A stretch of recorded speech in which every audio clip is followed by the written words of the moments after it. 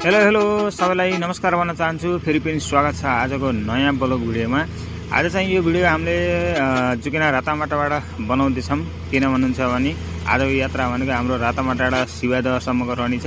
त्यो कारणले गर्दाखेरि यता चाहिँ आज मौसम अलि फरक भएको कारणले गर्दाखेरि हामीले यो भिडियो बनाएका छौँ। के कस्तो हुन्छ अगाडिका ठाउँहरूमा तपाईँ भिडियोमा बनिरहनुहोस् है। तपाईले चाहिँ यो दृश्य देख्न सक्नुहुन्छ। अहिले अमरैबाट चाहिँ जुकेनासम्म निकै नै राम्रो बाटो बनेको छ। त्यति मात्र नभएर आजको माल चाहिँ कुहिरो लागिरहेको छ भने चिसो पनि बढिरहेको छ। यो दृश्य तपाईले देख्न सक्नुहुन्छ।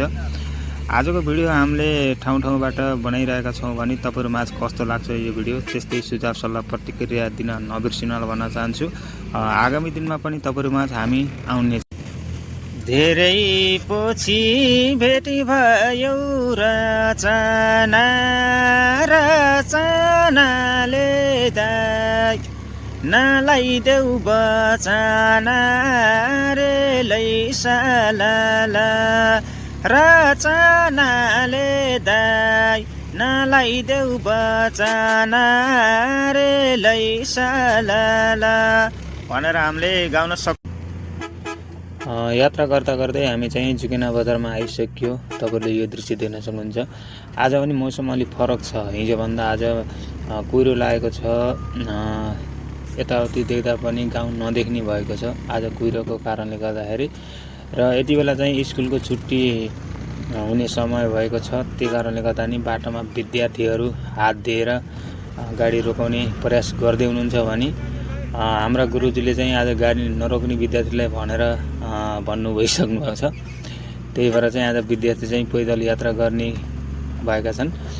यता अगाडि पनि देख्न सक्नुहुन्छ विद्यार्थीहरूले हात दिँदै बस रोकाउँदै हुनुहुन्छ भने आज गुरुले नरोक्ने अरे भन्ने कुरो हामीलाई जानकारी पाइयो। यो चाहिँ जुकेनाको माल हो। तपाईले यो दृश्य देख्न सक्नुहुन्छ। बाटो पनि निकै नै राम्रो बनाइएको छ अहिले भने। र तपाईँ भिडियोमा बनिरहनुहोस् के कस्तो लाग्छ। यति बेलाको समयमा चाहिँ हामी मालिकाबाट तल लागिसकेको छ। यहाँ चाहिँ बाटो मर्मत गर्नको लागि जेसीबीहरू खटिरहेका छन् भने सामान ओसार पसार गर्नको लागि टिप्पर पनि यहाँ देखिरहनु भएको छ तपाईले। यहाँ चाहिँ अब हामी केही समय कुर्नुपर्ने भयो। बाटो बनाइसकेपछि फेरि हाम्रो अगाडि जारी रहने। यति बेलाको समयमा चाहिँ हामी पुर्सामाटा दिउराली आइसकेको छ। यो दृश्य तपाईले देख्न सक्नुहुन्छ। यहाँबाट चाहिँ कुहिरो पनि लागिरहेको छ है बीचबीचमा। यो दृश्य तपाईले देखिरहनु भएको छ भने यहाँबाट चाहिँ उपल्लो बाटो हामी शिवादह जाने बाटो लाग्छ भने तल्लो बाटो चाहिँ ठुलाडुङ्ग्रे सानडुङ्ग्रे हुँदै जाने बाटो हो। भिडियोमा बनिरहनुहोस् है। अब उपल्लो बाटो शिवादह जाने बाटो क्रस गरिसकेका छौँ। अगाडि पनि बीचबीचमा कुहिरो लागिरहेको छ। यो दृश्य देख्न सक्नुहुन्छ। भिडियोमा तपाईँ बनिरहनुहोस् के कस्तो हुन्छ। हामी यात्रा गर्दा गर्दै चाहिँ यति बेला ठाडी चोर आइयो। यो दृश्य तपाईँले देख्न सक्नुहुन्छ। आजको भिडियो निकै नै बवाल भएको छ। तपाईँहरूले सेयर अवश्य पनि गर्नु होला है।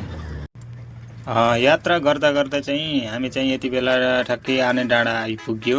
तपाईँले अब यो गाउँ देख्न सक्नुहुन्छ। आर्ने डाँडा हाम्रो छिमेकी गाउँ। योभन्दा अगाडि हामी अब शिवादहसम्म आइपुगेका छौँ। हेर्दा हेर्दै हामी पनि अब शिवादह आइपुग्यो। अब चाहिँ म यहीँबाट झरेर फेरि आफ्नो गन्तव्यतिर लाग्छु। आजको भिडियो कस्तो